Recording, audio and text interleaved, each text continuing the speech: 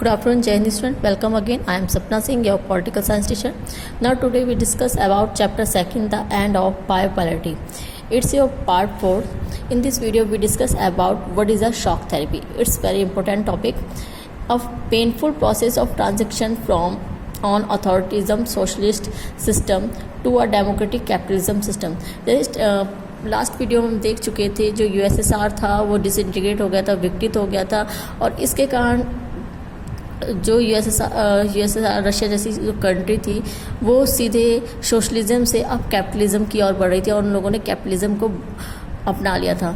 और इसके कारण क्या हुआ था कि जो कैपिटलिज्म को अपनाने के कारण कहीं ना कहीं जो उनकी आर्थिक व्यवस्था थी, जो उनकी इकोनॉमिक थी, पूरी तरह से इम्बैलेंस हो गई थी। Effect of shock therapy, largest scale sale of history, 90% of the industry were sold to private individual and component and companies at throw away prices.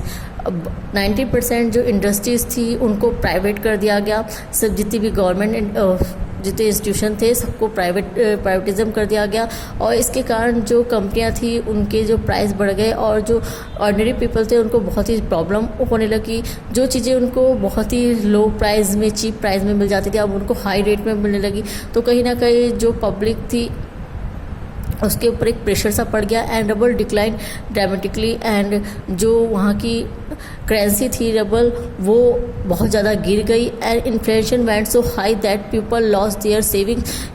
जब इतने प्राइस इतने इंक्रीज़ हो गए तो जो लोगों ने अपनी बचत की थी, जो सेविंग थी, वो भी कहीं ना कहीं अब खो चुकी थी and Russian GDP went down. और रशियन जीडीपी जिसको बढ़ना चाहिए था वो दिन बर दिन बिल्कुल ही डाउन होती चली गई। Now effect of shock therapy, largest car sale of history, 90% of the industries were sold to private individual and companies at throw away prizes.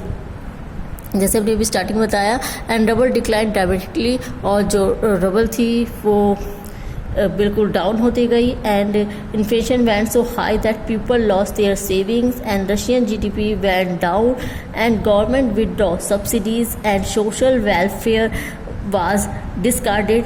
This pushed larger the public to poverty. और जो government थी उसने अपनी subsidy सब भी जितनी भी institution से ख़त्म कर दी थी।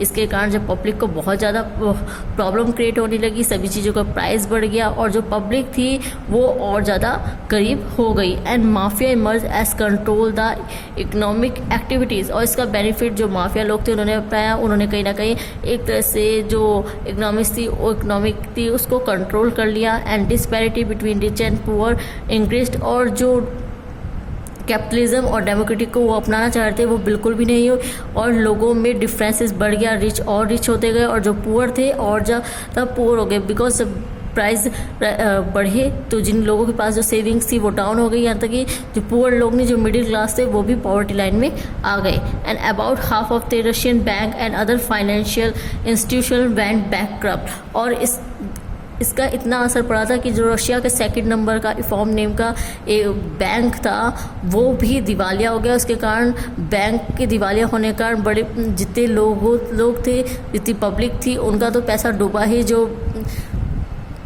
बैंक के कस्टमर थे। और जो अदर जो कंपनीज थी जिनके शेयर वगैरह थे वो भी इसके कारण दिवालिया हो गया और लोगों में जो बेरोजगारी थी वो भी बहुत चरम सीमा पे पहुंच गई थी और लोग जो गरीबी रेखा थी वो भी बहुत ज़्यादा हो गई थी। Now thank you student, thank you very much, जय हिंद।